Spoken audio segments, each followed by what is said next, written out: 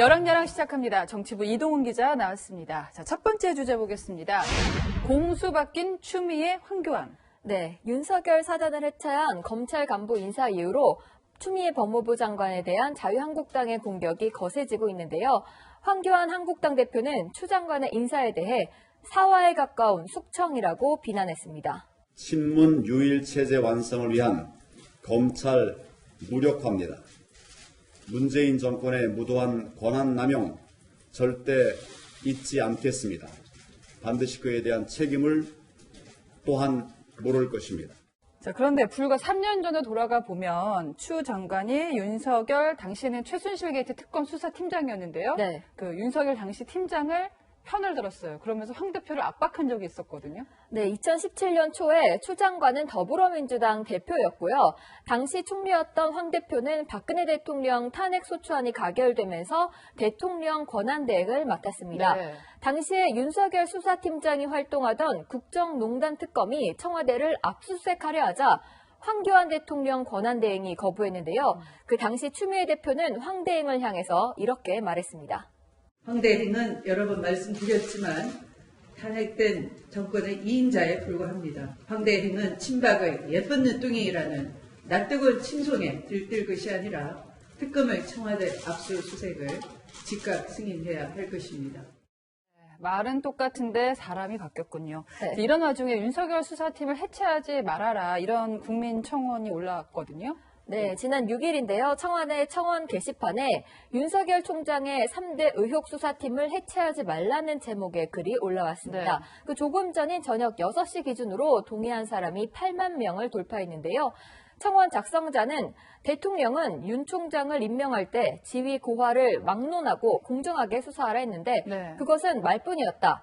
만약 3대 부조리 수사팀이 해체된다면 국민들이 분노가 아니라 폭발할 가능성이 크다고 경고했습니다. 청원자가 더 는다면 청와대가 직접 해명해야 될 수도 있겠군요. 네. 그 시민단체가 윤석열 총장을 직무유기 혐의로 고발을 했다고 하던데요. 네, 적폐청산 국민참여연대라는 곳은요, 어제 검찰 간부 인사에 대한 의견 개진을 거부한 것이 직무유기라면서 윤 총장을 경찰청에 고발했습니다. 네, 뭐 의견 개진을 거부한 것인지 아니면 법무부가 패싱한 것인지는 조금 더 취재를 해봐야 될 것 같고요. 네. 다음 주제 보겠습니다.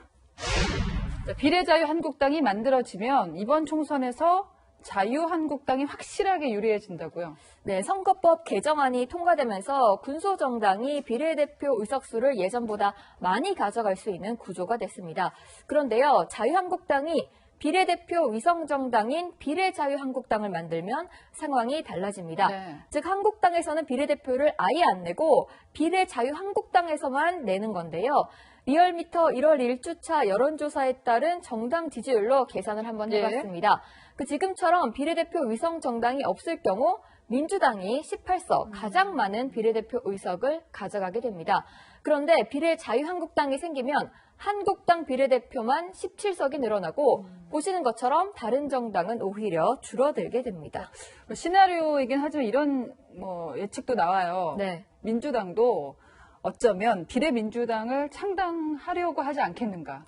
그런데 민주당이 이 선거법 개정안을 밀어붙였잖아요. 네네. 그래서 명분이 좀 약합니다. 그 민주당 총선기획단도 지난 9일 지역구 선거와 비례정당 투표 모두에서 정정당당하게 총선에 임할 것이라면서 비례민주당 창당을 하지 않기로 결정했습니다. 네. 하지만 민주당에서 비례대표를 맡길 내심 기대했던 인사들은 좀 실망한 눈치인데요. 네네. 한 민주당 관계자는 비례대표에서 5번 이내를 받아야 안정권인데 지금 청년이나 여성, 장애인이 아니라면 힘들 것이라고 전망했습니다. 상황이 급하면 말은 바꿀 수도 있는 거니까요. 네. 자, 비례자유한국당 그 이름을 근데 사용하지 못할 수도 있다는 얘기가 나옵니다. 네, 정당법은 이미 네. 비슷한 이름이 있을 경우 그 다른 이름을 사용하지 못하도록 규정하고 있는데요. 자유한국당, 비례한국당이 먼저 등록됐기 때문에 제일 나중에 신고한 비례자유한국당을 선관위가 사용하지 못하게 할 수도 있습니다. 예. 그 한국당은 어제 선관위를 직접 찾아가 항의했습니다. 중앙선관위가 여기에 휘둘리면 안 된다. 오히려 자유한국당의 정체와 혹은 가치 이런 것을 잘 표현해 줄 수 있는 그런 명칭을 사용하는 것이 더 혼란을 덜 주는 것이다. 네, 선관위는 오는 13일 회의를 열어서 비례라는 단어가 들어간 정당 명칭을 사용할 수 있을지 논의할 예정입니다. 네. 자, 마지막 주제 보겠습니다. 요즘 가장 많이 화제가 되고 있는 진중권 전 동양대 교수인데요. 네. 방금 감사패를 벌였다. 어디 네. 감사패인가요? 예. 네, 진중권 전 교수는 지난해 9월이죠. 조국 장관 사태 때 정의당에 탈당계를 한번 제출했습니다. 그랬죠. 예. 그 정의당이 선거법 개정안 처리를 위해 조국 전 장관 비판에 소극적이었던 게 영향을 미친 것으로 보이는데요. 네. 정의당은 어제 오후 진 전 교수의 탈당계를 처리했습니다. 이제 와서 뒤늦게 탈당계를 제출한 이유가 있겠죠? 그 심상정 정의당 대표의 지시가 있었던 걸로 알려지는데요. 윤수아 정의당 원내대표는 진중권님 그동안 고마웠다. 요즘 좌충우돌 모습 빼고라며 아, 네. 보다 진중하게 세상 살펴주시라는 말씀드린다는 뼈 있는 말을 했습니다. 굉장히 예, 뼈가 있는 말이네요. 진 전 교수 최근 여권을 자꾸 공격하고 있잖아요. 이걸 네. 의식하는 것 같은데 진 전 교수도 가만히 있지는 않았어요. 네, 진 전 교수는 오늘 가는 마당에 꼭 한 소리를 해야 했냐라며 당에서 받은 감사패를 쓰레기통에 버렸다고 했습니다. 예. 정의당을 향해서는 잘난 부모 덕에 부정입학한 학생이 아니라 열심히 공부하고도 기회를 빼앗긴 힘없는 아이 편에 서야 한다고 일침을 날렸습니다. 작고하신 노회찬 의원이 살아계셨다면 저와 함께 서 계실 거라 확신한다고도 했습니다.